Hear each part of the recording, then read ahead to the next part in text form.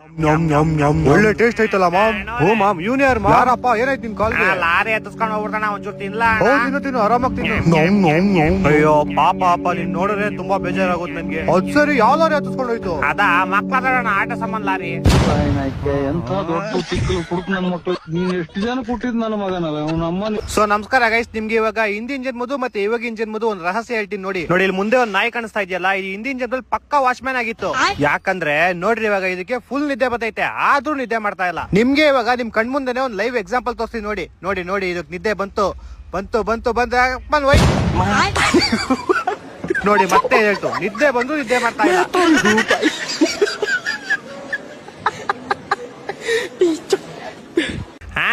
ಇವಾಗ ಗೊತ್ತಾಯ್ತು ನಂಗೆ ಇದ್ರೊಳಗಡೆ ಏನ್ ಸಮಸ್ಯೆ ಬಂದೈತೆ. ಏನ್ ಬಂದೈತೆ? ಇದ್ರದ್ದು ಫುಲ್ ಗೇರ್ ಬಾಕ್ಸ್ ಆಚೆ ತೆಗಿಬೇಕು ಇವಾಗ.